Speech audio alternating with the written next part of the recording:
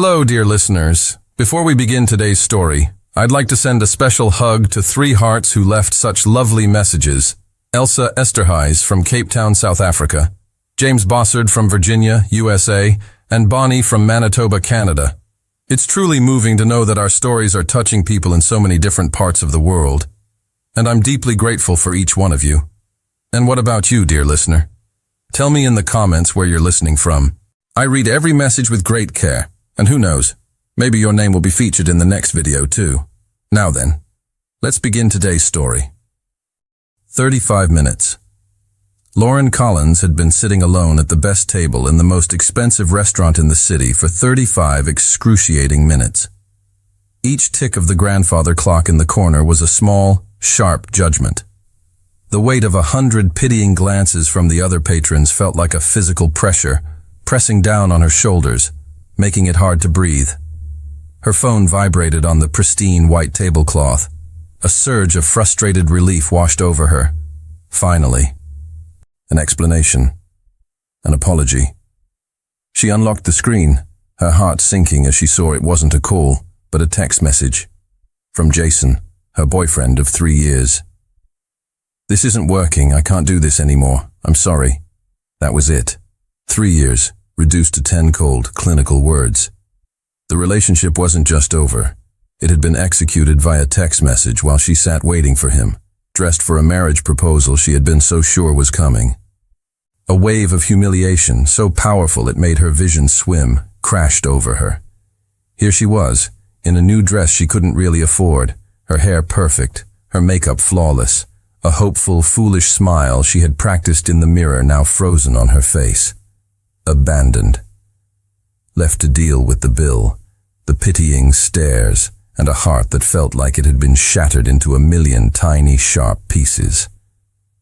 A waiter, his expression a mask of professional sympathy, approached the table. "Will you be ordering this evening, miss?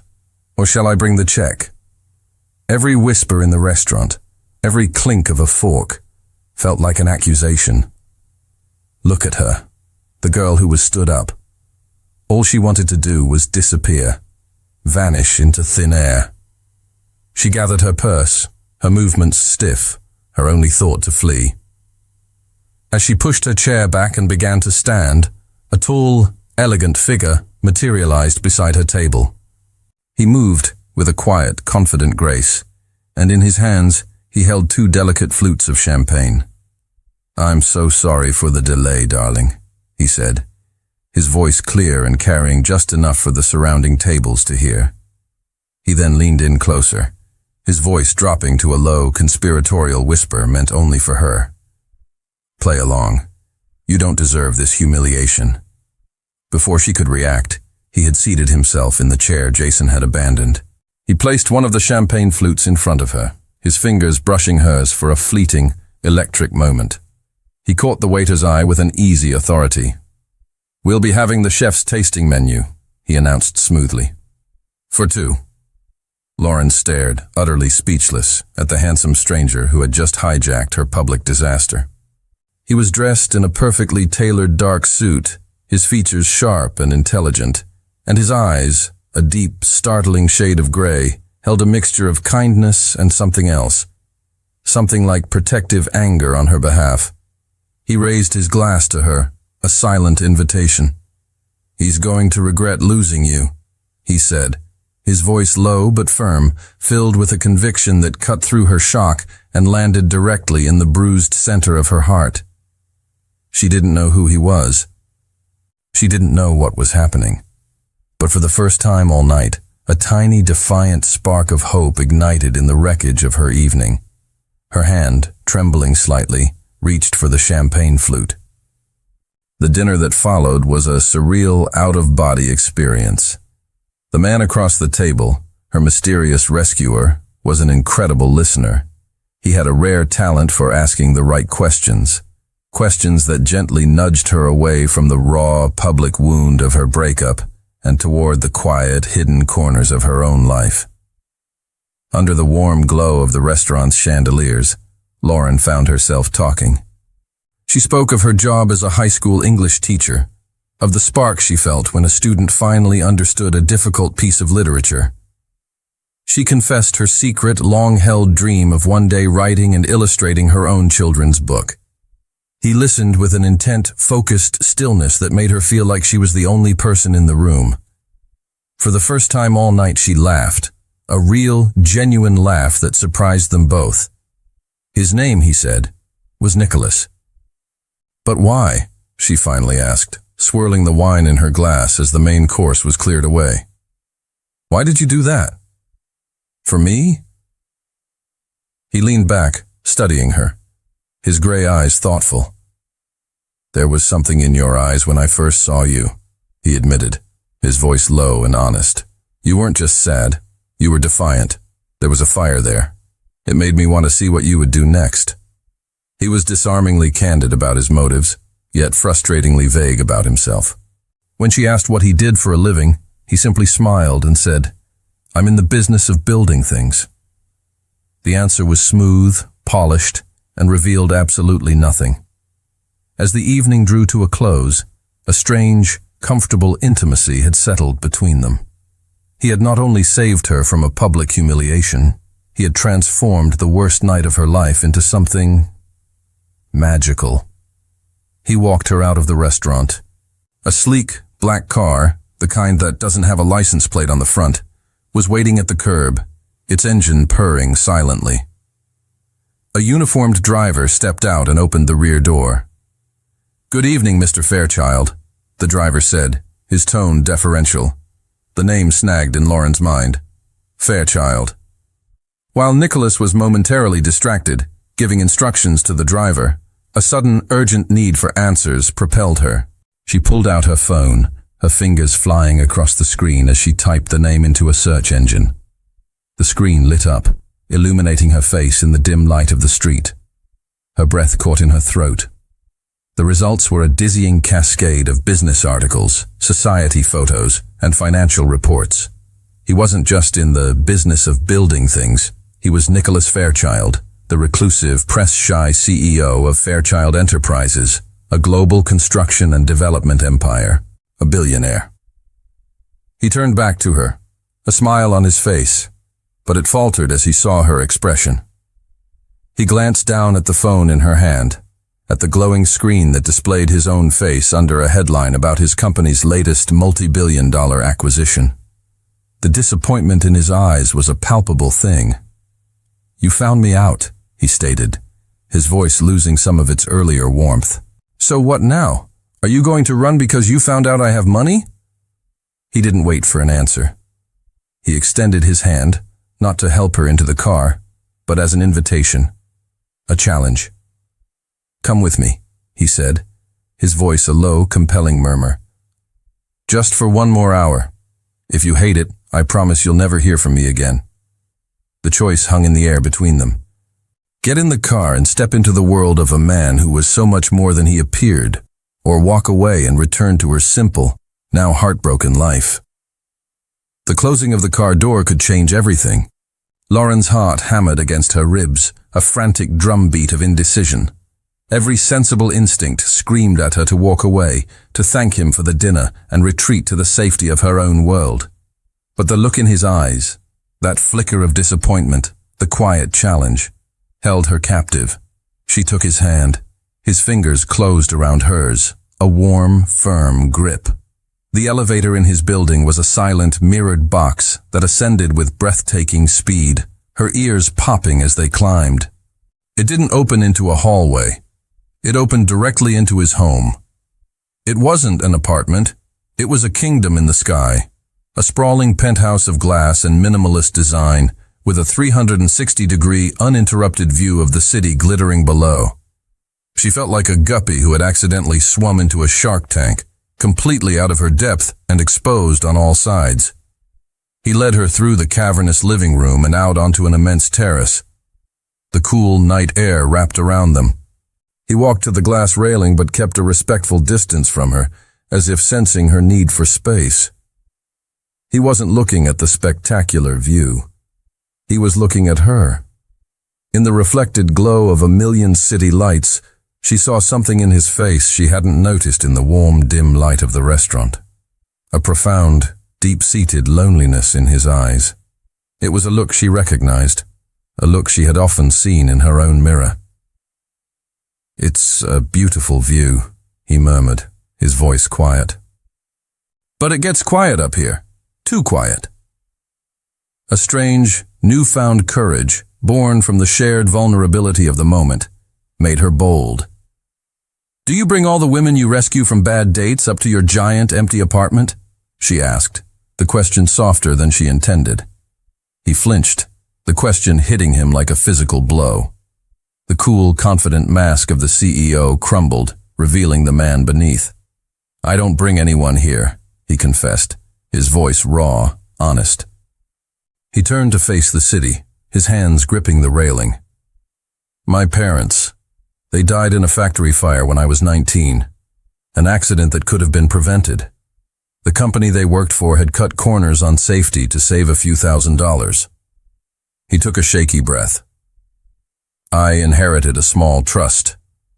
I used it to start my own company.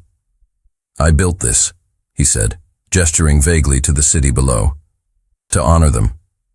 To build something that was the opposite of what killed them. Something safe. Something that put people first." He finally turned back to her, his eyes haunted. "But it isolated me. Everyone I met. They saw the name, the money, an opportunity." He looked at her, his gaze intense and full of a startling sincerity. "You're the first person in years who didn't look at me and see dollar signs. You looked at me and asked, 'Who is he?' You were just real." His vulnerability was a key, unlocking her own. She told him about her own scars, about the father who had walked out when she was a child, leaving a void that had made her search for validation in all the wrong places, like a 3-year relationship with a man who could end it with a text message. The space between them on the terrace shrank, the emotional distance closing until it was non-existent. The air grew thick, charged with an attraction that was no longer just a spark, but a slow-burning fire. He took a step closer, his hand coming up to gently cup her cheek. His thumb stroked her skin, sending a shiver through her. He leaned in, his gaze dropping to her lips. The moment was perfect, inevitable. A culmination of a night that had started as a disaster and was ending as a revelation. And then, the shrill, piercing ring of his phone shattered the spell. He pulled back as if shocked, the intimacy vanishing in an instant. The mask of Nicholas Fairchild, the CEO, slammed back into place. He glanced at the screen, his jaw tightening. "I have to take this," he said, his voice once again cool, distant, and professional. The magical, fragile bubble they had built around themselves on the terrace had just burst. The spell was broken. The man who had just confessed his profound loneliness was gone, replaced by the CEO. Nicholas turned away, his voice a low, authoritative murmur as he spoke into the phone. The easy intimacy they had shared just moments before evaporated into the cool night air, leaving Lauren feeling exposed and suddenly very foolish. "I should go," she said quietly when he finally ended the call. The magic was gone, and she was acutely aware again of the chasm between their worlds. She was a schoolteacher. He was a billionaire who took emergency calls on his terrace overlooking the entire city. A look of panic flashed in his eyes, a fear that he was about to lose the fragile connection they had just forged. "Wait," he said, his voice losing its corporate edge. "Don't go." "It's late, Nicholas," she said, pulling the flimsy shield of practicality around herself. "I have to work in the morning." "Of course," he said, his disappointment palpable. "At least let my driver take you home." "No, thank you," she insisted, a stubborn need for independence rising in her. After a night of being rescued and whisked away into a fairy tale, she needed to feel her own 2 feet on solid ground. "I'll get a taxi." He walked her to the private elevator, the silence between them now awkward and strained. He had pulled back, and she had retreated. The game had changed. As the elevator doors slid open with a soft chime, he reached out, his fingers closing gently around her wrist. His touch was light, but it sent a jolt through her, stopping her in her tracks. "Can I see you again?" he asked, his voice urgent, almost desperate. "Tomorrow?" Her heart screamed yes. It screamed that this man, with his lonely eyes and surprising kindness, was something rare and real. But her head, the sensible, self-protective part of her that had just been brutally reminded of their different worlds, screamed no. "Maybe," she whispered, the word a compromise between her heart and her head. It was the only answer she could give. Before he could reply, before she could change her mind, she pulled her wrist free and stepped into the elevator. The polished metal doors slid shut, closing off his conflicted, handsome face. Alone in the mirrored box as it descended silently back to earth, a cold, sobering thought struck her. He had asked to see her again, had sounded desperate not to lose her. But in his panic, in his haste, the all-powerful CEO who managed a global empire had forgotten one simple, crucial detail. He never asked for her phone number.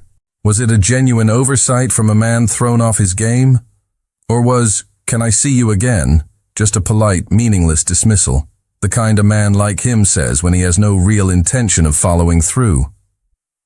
The uncertainty was its own kind of heartbreak. Lauren woke the next morning feeling like she had a hangover from emotions, not alcohol. Her phone lay on her nightstand, a blinking minefield of 47 text messages from Jason. She scrolled through them with a detached curiosity. They were a pathetic, predictable cocktail of regret. "I made a huge mistake," possessiveness, "Who was that guy?" and outright pleading, "Please call me, Lauren. I love you." She braced herself for the familiar pang of heartache, the sting of betrayal. But it didn't come. All she felt was a faint clinical annoyance, like swatting away a persistent fly. She realized with a jolt of surprise that one night with Nicholas Fairchild, a man of secrets and dizzying wealth, had done more to erase Jason from her heart than their entire 3-year history. She deleted the messages without a second thought. The real world, however, came crashing back in the teacher's lounge. Her friends, their eyes wide with excitement, ambushed her with a tablet displaying a blurry photo. It was a paparazzi shot of her and Nicholas leaving the restaurant. The headline was breathless. "Nicholas Fairchild's mystery woman, billionaire mogul, dines with unknown brunette." "Who is he?" her friend Maria demanded. "He's gorgeous. And a billionaire? You have to tell us everything." Lauren just shook her head, a small secret smile playing on her lips. She had no answers for them, because she had none for herself. During her free period, as she was grading essays, the school secretary brought a sleek black envelope to her classroom. Her name was written on the front in elegant silver script. Her heart began to beat a little faster. Inside were 2 VIP tickets to the sold-out Matisse exhibition at the city's main art museum. The very exhibit she had mentioned to him was her dream to see. Tucked inside with the tickets was a small, thick card. The note was simple, written in a strong, decisive hand. "For the woman who makes the world feel colorful again. Nicholas." He had found her. Of course he had. A man like him could find anyone. The gesture was thoughtful, personal, and undeniably thrilling. He hadn't forgotten. He had made a move. That night, she dressed with care, a nervous, hopeful energy buzzing under her skin. She went to the gallery alone, the second ticket tucked away in her purse. When she arrived, the place was teeming with the city's elite. And then she saw him. He was standing near a large, vibrant painting looking impossibly handsome. But he wasn't alone. A stunning woman with fiery red hair and a dress that looked like it was sewn from liquid metal was on his arm. She was laughing at something he'd said, her hand resting possessively on his forearm. They looked like a power couple, perfectly matched and utterly impenetrable. Lauren's heart plummeted. It was all a lie. Of course it was. The rescue, the dinner, the vulnerability on the terrace. It was a game. A diversion for a bored billionaire. She had been a charity case, a brief, entertaining departure from his real life. Humiliation, cold and sharp, washed over her. She was about to turn and flee, to disappear into the crowd before he could see her, when his eyes lifted and scanned the room. They met hers. The change in his expression was instantaneous and absolute. The polite social smile vanished, replaced by a look of pure, unadulterated joy. It was a smile so genuine it lit up his entire face, a smile that was meant only for her. But the redhead, Victoria, saw the shift. Her own smile tightened, her eyes turning cold and territorial as she followed his gaze to Lauren. Ignoring his companion, Nicholas immediately excused himself and started walking toward Lauren, his smile so bright it could have powered the entire gallery. "Lauren," he said, his voice full of a relief so profound it was almost tangible. "You came." But before he could say another word, a hand clamped down on Lauren's arm, the grip painfully tight. "We need to talk. Now." It was Jason. His face was a mask of angry, possessive jealousy. The shift in Nicholas was immediate and chilling. The charming, relieved man who had just been smiling at her vanished. In his place stood something cold, dangerous, and utterly commanding.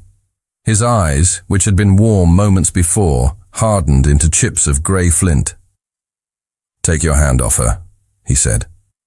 His voice was quiet, almost a whisper, but it carried a low, menacing authority that cut through the ambient chatter of the gallery. Jason, though clearly intimidated by the sheer force of Nicholas's presence, was fueled by a wounded, stubborn pride. He tightened his grip on Lauren's arm. "This is between me and my girlfriend," he snarled. A small circle of silence began to form around them as nearby guests sensed the escalating tension. Lauren felt a familiar wave of humiliation begin to rise, the shame of being the center of a public scene. But then, something new and unfamiliar surged through her, a clear, clarifying anger. With a sudden, sharp movement, she wrenched her arm free from Jason's grasp. "You're right, Jason. You have known me for 3 years, she said, her voice not loud but ringing with a newfound strength that made both men look at her in surprise. 3 years of you calling my passion for teaching cute. 3 years of you patting me on the head when I talked about my dream of writing a book. 3 years of you making me feel like my world was small and silly." She took a step back, putting space between herself and her past. "You didn't leave me at that restaurant, Jason," she declared, her voice steady and absolute. "You set me free." Without another glance at either of them, she turned, her head held high, and walked away, leaving Jason speechless, and Nicholas watching her with an expression of pure, unadulterated awe. She pushed through the glass doors of the gallery and into the cool night air, her heart pounding not with fear or shame, but with the exhilarating thrum of her own power. Footsteps hurried behind her. It was Nicholas. "Lauren, wait," he called out, catching up to her on the sidewalk. "About Victoria," he began, a desperate need to explain etched on his face. "You don't have to." "Yes, I do," he insisted. "She's my company's vice president of operations. That was a work event. Strictly business." He paused, his gaze intense. "It's important to me that you know that. I don't want you to think for a second that last night wasn't real for me." The raw sincerity in his voice chipped away at the last of her defenses. He wasn't just explaining. He was making himself vulnerable, showing her that her perception of him mattered deeply. A small, genuine smile touched her lips. "Okay," she said softly. "Okay?" he asked, a hopeful light returning to his eyes. "Okay," she confirmed. "So, let's go on a date. A real one. No rescues, no secrets." The challenge hung in the air, a playful invitation. "Anything," he said, his own smile returning, brighter than all the city lights around them. "Whatever you want." Their real date was on Saturday. Lauren waited in her apartment, a nervous energy fluttering in her stomach, half expecting a uniformed driver to appear at her door. Instead, the doorbell rang, and when she opened it, Nicholas was standing there alone. He wasn't wearing a suit. He was in well-fitting dark jeans and a simple gray t-shirt that made him look younger, more approachable. He was driving his own car, a sleek, dark green sports car that still murmured of wealth, but it was personal, not corporate. "A normal date, as requested," he said, and the nervous edge to his smile melted her heart. It was the first time she had seen him look anything less than completely in control. He didn't take her to a place with white tablecloths and a wine list as thick as a novel. He took her to a bustling street fair on the other side of town. They spent the day doing wonderfully, extraordinarily normal things. They ate hot dogs from a street vendor, and he got a smear of mustard on his cheek, which she laughingly wiped away with a napkin. The simple domestic gesture felt shockingly intimate. They wandered for hours through a sprawling, dusty, used bookstore, a place she had always wanted to visit. He didn't feign interest. He seemed genuinely fascinated, watching her as she ran her fingers reverently over the spines of old books, her face lit up with a pure, unadulterated joy. He quietly bought the entire stack of novels she had collected but couldn't afford, pressing the bag into her hands before she could protest. "Boyfriends buy their girlfriends presents," he said, the words tumbling out with a casualness that immediately backfired. He froze, a look of mild panic on his face as he realized what he'd said. I'm sorry. I assumed. I shouldn't have." She silenced his flustered apology by rising on her toes and pressing a quick, sweet kiss to his lips. It was a silent confirmation, an answer to the question he hadn't officially asked. When she pulled back, the relief and happiness on his face were so profound it made her feel giddy. For dinner, he let her choose. She took him to a small, family-owned Italian restaurant in her neighborhood, a place with checkered tablecloths and candles stuck in old wine bottles. It was her favorite spot, a world away from the Michelin-starred universe he inhabited. They were halfway through a shared plate of pasta when the owner, an elderly man named Marco, with a kind, wrinkled face, came out of the kitchen. He stopped by their table, his eyes widening as he looked at Nicholas. "Anthony!" Marco exclaimed, his voice thick with a heavy Italian accent. He clasped Nicholas's shoulder with a familiar warmth. "My boy, I haven't seen you in this neighborhood since you were just a kid, before the accident." The name and the word landed on the table with a thud, shattering the light, happy atmosphere. Anthony? Accident? The warm, open expression on Nicholas's face vanished. The light in his eyes didn't just dim, it was extinguished, replaced by a haunted, shuttered look. He was no longer Nicholas, the man on a perfect date. He was someone else entirely, a stranger with a past she knew nothing about. The heavy silence that fell over the table after Marco returned to the kitchen was thick with unspoken questions. The cheerful chatter of the restaurant faded into a distant hum. Nicholas stared down at the checkered tablecloth, his fork resting forgotten beside his plate. The man who had laughed about getting mustard on his face was gone, replaced by a somber stranger. Lauren waited, her heart aching at the sudden stark change in him. She didn't push, didn't demand an explanation. She simply gave him the space to find his words. Finally, he lifted his head, his gray eyes clouded with a pain that seemed ancient. "My name is Nicholas Anthony Fairchild," he said, his voice low and strained. "My father always called me Anthony. No one has called me that in a very long time." He took a steadying breath. "The accident. My parents worked in a textile factory in this neighborhood. When I was 19, there was a fire. An electrical fire that started because of faulty wiring the company knew about but hadn't fixed. They cut corners on safety to save a few $1,000s. He looked at her, and the pain in his eyes was a raw, open wound. They didn't make it out. The confession explained everything, the fierce drive, the immense wealth, the deep-seated loneliness. "I built my empire to be the opposite of that company," he continued, his voice gaining a quiet, steely intensity. "Every safety regulation, every employee benefit, every decision I make is to honor them, to build something that would have saved them. Lauren finally understood. It's not an obsession, she whispered, the realization dawning on her.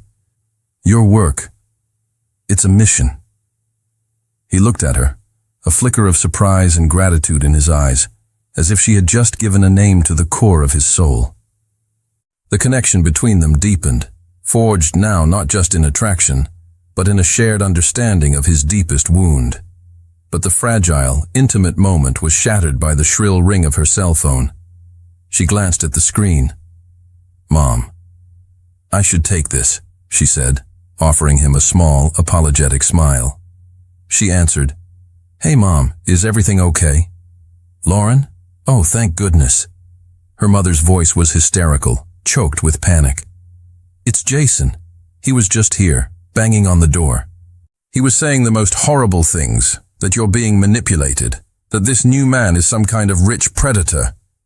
He showed me articles online, from tabloids, about you and this Anthony Fairchild.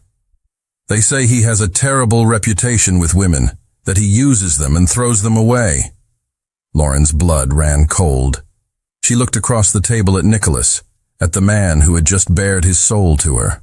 The haunted, pained look was back in his eyes, but this time it was mixed with a familiar, weary resignation. He knew this story. He had lived it before. Lauren, is it true? Her mother sobbed into the phone. I have to go, Mom, Lauren said, her voice a thin thread. She hung up, her hand trembling. She looked at Nicholas, the ugly, planted seeds of doubt now sprouting in the fertile ground of her mother's panic. Is it true? She asked, her voice barely a whisper, hating herself for even asking the question. The past he had just begun to escape had just crashed violently, brutally, into their present. The warm, cozy atmosphere of the Italian restaurant had turned cold and suffocating. They returned to Lauren's apartment in a tense, heavy silence. The easy intimacy of their normal date had been poisoned. Back in her small living room, the space felt charged with doubt. Nicholas didn't offer excuses or defensive denials. His approach was far more direct and far more painful to watch. He sat on her sofa, took out his own phone, and with a grim, weary resignation, typed his own name into the search bar. Here, he said, handing the phone to her. This is the character the media created for me. She scrolled through the results. It was a sordid, sensationalized history. Tabloid headlines screamed about his playboy lifestyle. Photos of him with various women, at charity galas, leaving business meetings, on yachts, were framed as a revolving door of romantic conquests. Every professional relationship with a woman was twisted into something illicit. After I made my first billion, I became a story, he explained, his voice tired, devoid of self-pity. A character for them to sell papers. Every business dinner became a secret rendezvous. Every female colleague became a mystery lover. He looked at her, his eyes pleading for her to see the truth behind the fiction. In the last 9 years, I've had 2 serious relationships. Both ended for the same reason. They fell in love with the man on the cover of the magazine, the billionaire playboy. They couldn't handle the reality of the man who carries this much baggage. She looked from the sleazy headlines back to his face, to the raw vulnerability and the deep, lonely pain in his eyes. She saw the truth. Not the one written by tabloids, but the one sitting in front of her. She believed him. I believe you, she said softly. But the damage was done. The outside world, with all its ugly assumptions, had invaded their fragile bubble. I think I need some time to process all of this. He nodded, his face a mask of disappointment, but he understood. It was a look he had seen before. I know, he said quietly. He stood to leave, the familiar chasm opening between them once again. That night, as Lauren lay in bed, her mind a whirlwind of conflicting emotions, her phone rang. It was an unknown number. Hesitantly, she answered. Lauren, It's Victoria Sterling. The voice was smooth, polished, and instantly recognizable from the art gallery. Lauren sat up, her heart beginning to pound. I know we didn't get off to the best start, Victoria began, her tone dripping with a false, woman-to-woman sincerity. But as someone who has worked alongside Nicholas for years, I feel a certain responsibility to warn you. Warn me about what? Lauren asked, her voice wary. He's a wonderful man. A brilliant man, Victoria said, the words a silken trap. But he is married to his work. It's not a job, it's a crusade. He will promise you the world. He will make you feel like the center of his universe. And he will mean it, in the moment. But when the next crisis hits, when the company needs him, he will disappear. He always does. I've seen it happen before. I just don't want to see another good woman get hurt. The words were a subtle, masterfully crafted poison designed to prey on the very fears Nicholas had just confessed. It wasn't a lie. It was a truth, twisted to serve a different purpose. Don't be another casualty of his mission, Lauren, Victoria finished softly before hanging up. Lauren lowered the phone, a cold knot of doubt tightening in her stomach. Victoria's warning, coupled with her mother's panic and Jason's accusations, created a toxic, confusing echo in her mind. She believed Nicholas, but a tiny, insidious voice began to whisper, "What if they're all right?" For 3 days, Lauren kept her distance, a self-imposed quarantine to sort through the chaos in her head. The silence was a test, for both of them. He respected it. He didn't call, didn't show up at her door. But once a day, a simple, unadorned text message would appear on her phone. Thinking of you. It wasn't demanding. It wasn't pleading. It was a quiet, steady presence, a lighthouse in her fog of confusion. On the 3rd day, she woke up with a sudden, startling clarity.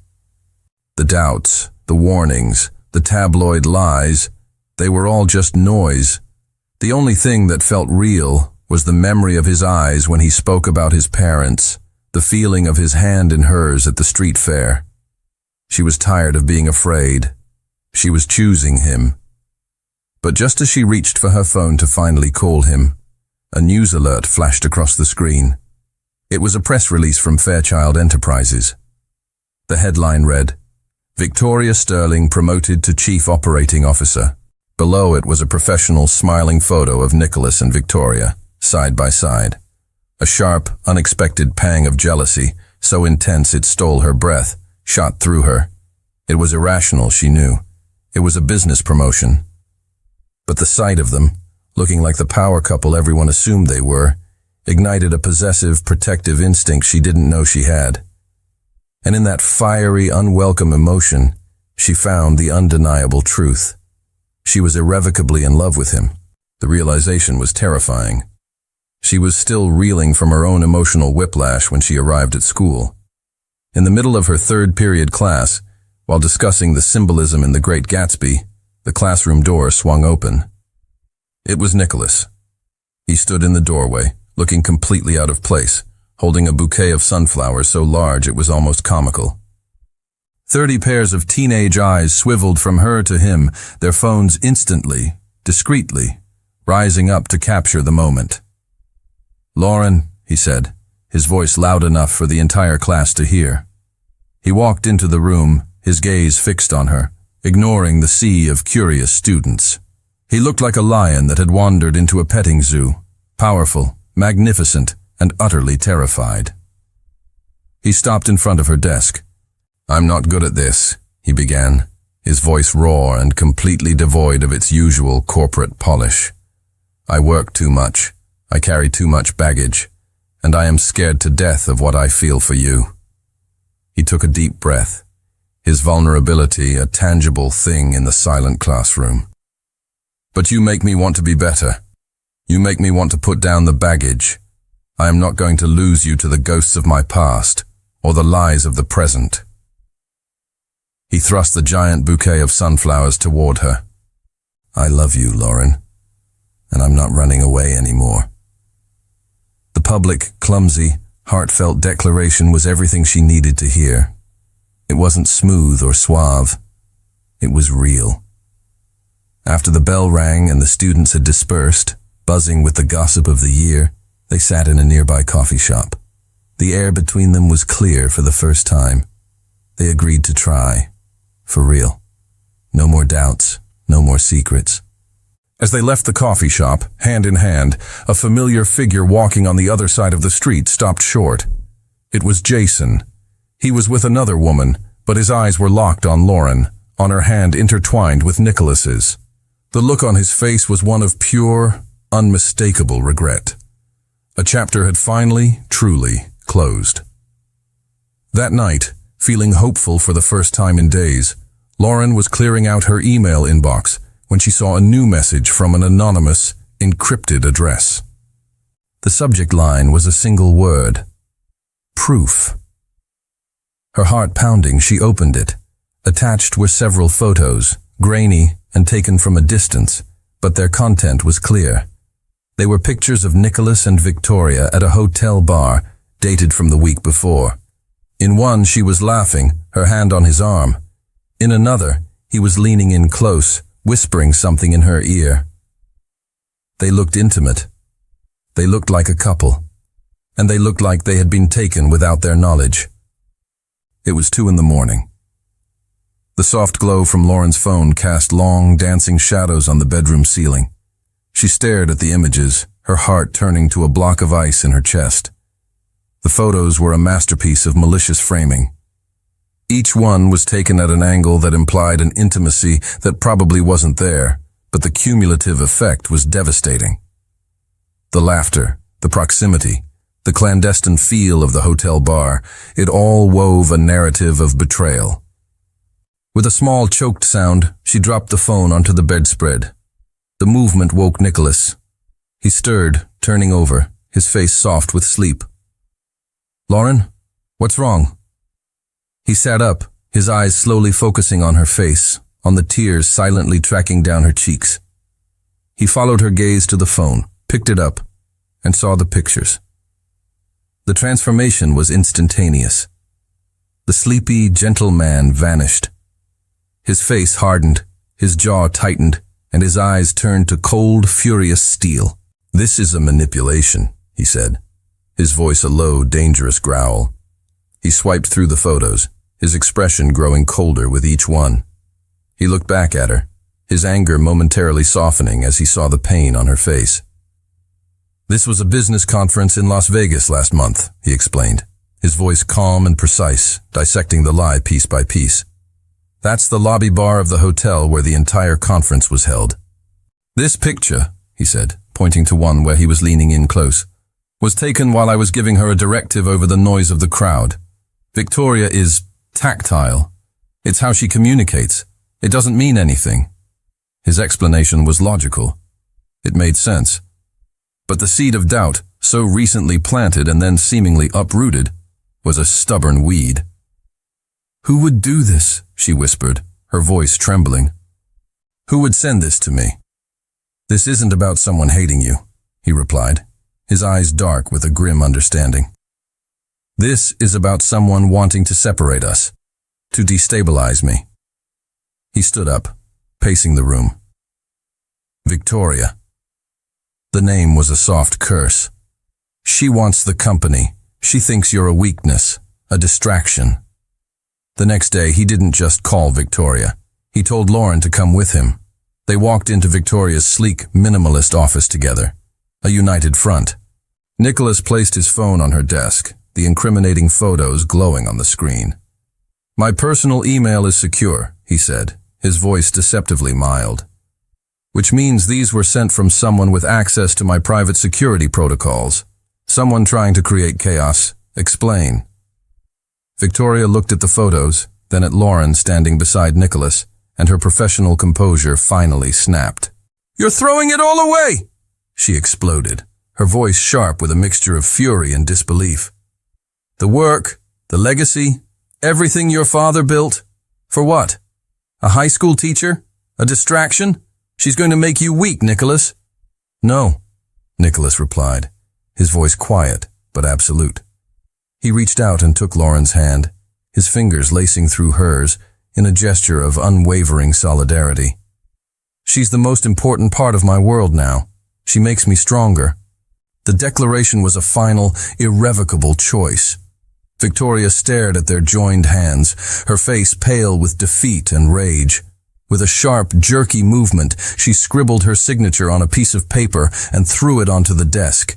It was her resignation. "You've made your choice," she spat, before grabbing her purse and storming out of the office. They had won. The threat had been neutralized. A sense of profound relief washed over Lauren. But as they were leaving the towering glass building, stepping out into the bright afternoon sun, Lauren's phone rang. She glanced at the screen. It was the principal of her school. "Hello?" "Lauren." The principal's voice was hesitant, concerned. "There's a man here in the office to see you. He says he's your father."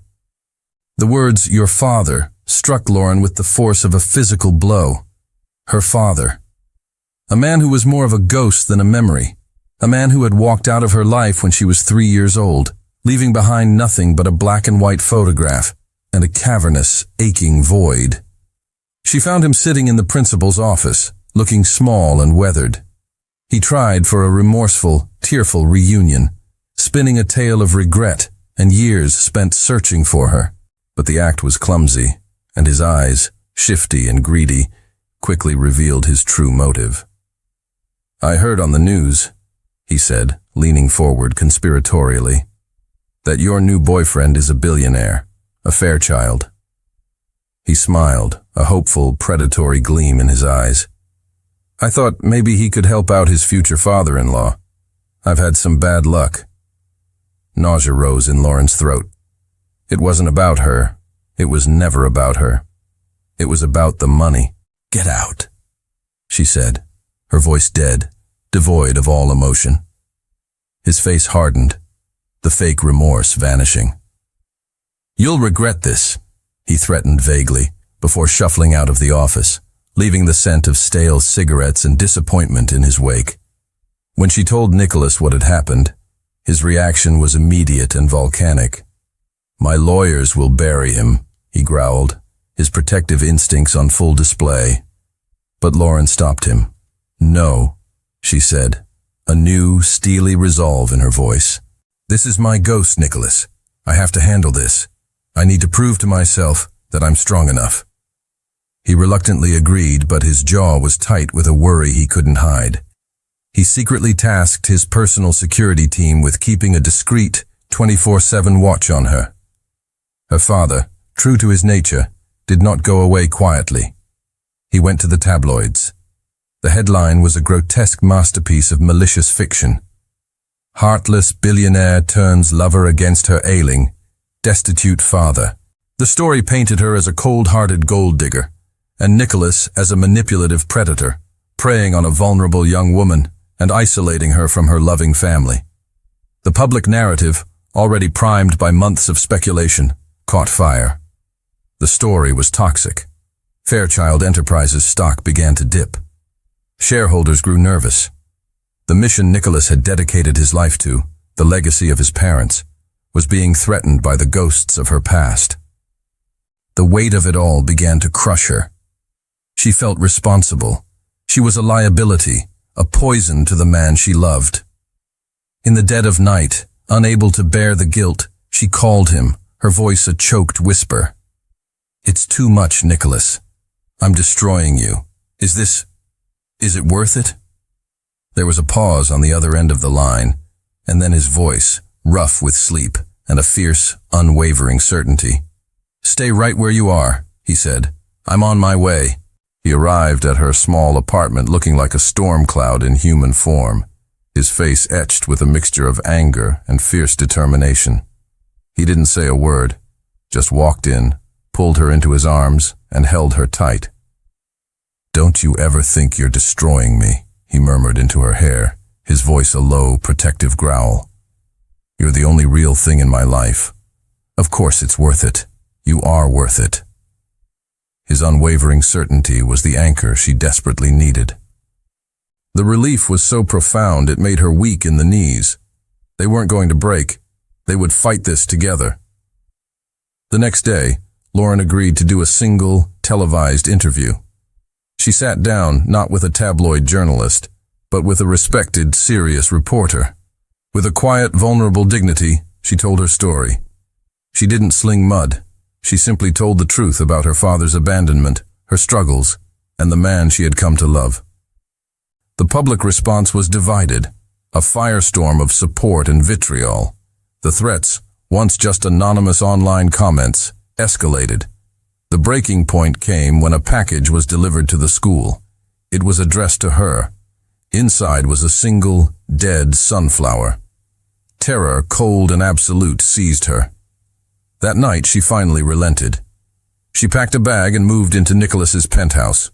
It was supposed to be a sanctuary, a fortress against the storm, but it quickly began to feel like a gilded cage. Trapped high above the city, unable to go to work, unable to live her own life, the pressure began to wear on them. The constant threat, the confinement, the feeling of being under siege. It frayed their nerves, creating a tension that the four walls of the apartment couldn't contain. It culminated in a terrible, ugly fight. Exhausted and on edge, she hurled Victoria's words at him like stones. "She was right. You're married to your work, to this crisis. You're not here, not really." Wounded and furious, he retreated behind his own walls. "I am doing this to protect you," he yelled back, before grabbing his keys and storming out, the door slamming shut behind him with a deafening finality. Lauren collapsed onto the sofa, sobbing, the feeling of abandonment a raw, familiar wound. She was alone again. As she sat there, her phone rang, an unknown number. She almost ignored it, but something made her answer. "Lauren? Is this Lauren Collins?" The voice on the other end was a woman's, hesitant and fragile. "Yes. Who is this?" "My name is Elizabeth Fairchild," the woman said, her voice breaking. I'm Nicholas's mother." Lauren's world tilted. "Your mother? But he told me you were dead, that you died in the fire with his father." A choked sob came through the phone. "I know that's what he believes," Elizabeth whispered. "I let him believe it. After the fire, after losing his father, I fell apart. I couldn't handle the grief. I couldn't handle being a mother. So I ran. It was the most cowardly, selfish thing I have ever done." She was crying openly now. "I've watched him from a distance all these years. I saw what you said on the news. I see how he looks at you in the photos. Please," she begged, her voice desperate. "Don't give up on him. He's been abandoned by everyone he's ever loved. Don't you be the one to leave him too." Just as the call ended, the penthouse door opened. Nicholas was back, his face a mask of regret. "Lauren, I'm so sorry, I shouldn't have—" "Your mother just called me," she said, her voice a stunned whisper. He froze, the color draining from his face. He looked at her, utterly lost, the little boy who'd been abandoned all over again. The full weight of his deepest, most foundational wound was exposed. But in that exact moment, a high-pitched, frantic alarm began to blare from his phone. It was a priority alert from his company's central command. He snatched the phone, his face turning from shocked grief to stark horror. "It's the main factory," he said, his voice grim. "The one in our old neighborhood. There's been a structural collapse, a major one." The news of the factory collapse acted like a switch in Nicholas. The lost, vulnerable man of a moment ago vanished, replaced instantly by the decisive, commanding CEO. His mind was already racing, processing information, issuing commands. "I need to get down there," he said, grabbing his keys and heading for the door, his personal crisis completely eclipsed by his professional responsibility. "Wait," Lauren said, standing up. "Lauren, I don't have time." "I'm coming with you," she stated, her voice firm, leaving no room for argument.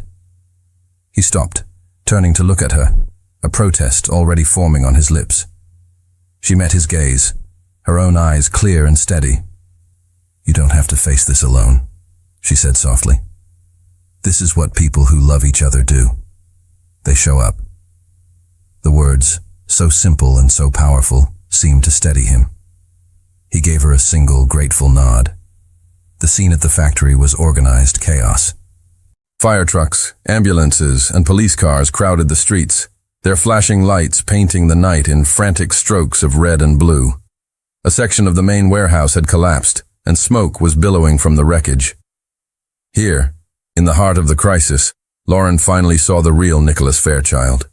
He wasn't the reclusive billionaire or the haunted man in the penthouse. He was a leader. He moved through the chaos with a calm, focused authority, but it was his compassion that struck her most. He knew the names of the foremen, asking about their families. He spoke to the first responders, not as a CEO, but as a partner, ensuring they had everything they needed. He organized temporary housing for the displaced workers and set up a fund for the injured before the sun had even risen. He wasn't obsessed with his company. He was devoted to his people. His work wasn't a mission of ambition. It was a mission of protection, a crusade to build the safe harbor his parents never had. And in that moment, watching him, she didn't just love him, she understood him, completely and profoundly. By dawn, the initial investigation report came in. It wasn't an accident. The structural supports had been deliberately weakened. It was sabotage. The head of his security team approached them, his face grim. We pulled the surveillance footage from the restricted area, Mr. Fairchild. We found him. He handed Nicholas a tablet. On the screen was a grainy, time-stamped video. It showed a shadowy figure tampering with a support beam. The figure turned toward the hidden camera for a moment, and his face was illuminated. Lauren felt the air leave her lungs. It was her father. The security chief continued. We cross-referenced his financials. He received a large anonymous payment 2 days ago. We traced it to a shell corporation. He paused, looking at Nicholas. A shell corporation owned by Sterling Innovations. The full ugly picture snapped into focus. Ronald, Victoria, and her father, the willing, destructive pawn in their game of corporate warfare. The guilt was a physical, crushing weight. This is my fault, she choked out, tears streaming down her face. He only came back into my life because of you. He only did this because of me. Nicholas immediately pulled her into his arms, his grip fierce and protective. No, he said, his voice a low, adamant growl. Do not take responsibility for his choices. He is a broken man who made a monstrous decision. You are not him. He tilted her chin up, forcing her to look at him. The only choice you made was to stand by my side, to show up. That is the only thing that matters. With her father's guilt exposed and the truth of the sabotage undeniable, the public storm that had surrounded them began to calm. The narrative shifted. They were no longer the villains. They were the victims of a ruthless corporate attack. But as the outside world settled, Lauren's internal storm still raged. The wound her father had inflicted was deep. Seeing this, seeing the lingering shadow in her eyes, Nicholas made a decision. He cleared his entire schedule, delegated his responsibilities, and turned to her. Run away with me, he pleaded softly. Just for a little while. Let's go somewhere no one knows our names, where the only thing that matters is us. She knew he was right. But before she could truly be free with him, she knew there was one last ghost she had to face. Alone. The visiting room of the county jail was a sterile, soulless place. Lauren sat opposite her father, a thick pane of plexiglass between them. He looked smaller, older, stripped of his blustering anger. He tried to offer excuses, to blame his desperation, to blame Nicholas, to blame the world. Lauren listened, not with anger, but with a quiet, sad finality. When he was finished, she placed her hand on the glass. I forgive you, she said, her voice clear and steady. He looked up, a flicker of hopeful surprise in his eyes. Not because you deserve it, she continued, her voice gentle but firm. but because I deserve peace. I've spent my whole life haunted by the ghost of the father who left. I won't spend the rest of my life chained to the man who came back. You have no more power over me." She stood up and walked away without looking back, leaving the ghost of her past behind forever. The heavy weight she had carried on her shoulders for 20 years was gone. As she stepped out of the jail and into the bright sunlight, a car pulled up to the curb. It was Victoria. She rolled down the window, her expression humbled and sincere. "I heard what happened," Victoria said. "I'm so sorry, Lauren, for my part in all of it." She offered a small, wry smile. "He really loves you. What you two have, it's the real deal." It was an unexpected, but welcome, peace treaty. With every ghost of their tumultuous beginning now faced and laid to rest, Lauren finally felt completely, utterly free. 2 weeks later, they were on a sun-drenched hill in Tuscany, a place so beautiful it felt like a dream. They had spent the time in blissful anonymity, exploring small villages, eating pasta in tiny trattorias, and simply being together, far from the worlds of business and tabloids. As the sun began to set, casting a golden glow over the rolling hills, Nicholas, who commanded boardrooms with unshakable confidence, began to tremble with a nervous energy. "You brought color back into my world, Lauren," he said, his voice thick with emotion. "It was all black and white before you. You showed me what it was like to feel, to trust, to love again." He took her hand, his own shaking slightly. "I know I'm not perfect. I know I carry baggage. But I want to spend the rest of my life trying to be the man you deserve." Then on that beautiful Italian hillside, he got down on one knee. He opened a small velvet box. Inside was a vintage ring, an intricate, unique design with a small, sparkling sapphire. It was the exact ring she had once idly sketched in the margins of a notebook while they were talking on the phone, a design she had described as her dream ring. He had remembered. "Lauren Collins," he said, his heart in his eyes. "Will you marry me?" 6 months later, their wedding was not a massive society event, but an intimate, joyful gathering in the garden of a small country inn. Nicholas's mother was there, her face streaked with happy tears. Lauren's friends from school cheered loudly. At the reception, as the sun set and the fairy lights began to glow, Nicholas came up behind her and wrapped his arms around her waist, resting his chin on her shoulder. "What are you thinking about, Mrs. Fairchild?" he murmured into her ear. She leaned back against him, a contented smile on her face. "I was just thinking," she said softly, "that the best moment of my life began on the night I thought everything was over." She turned in his arms to face him. "Sometimes," she whispered, "you have to be left alone, so you can finally be found." He smiled, a look of profound, endless love on his face, and kissed her. They were two survivors who had weathered the storm and found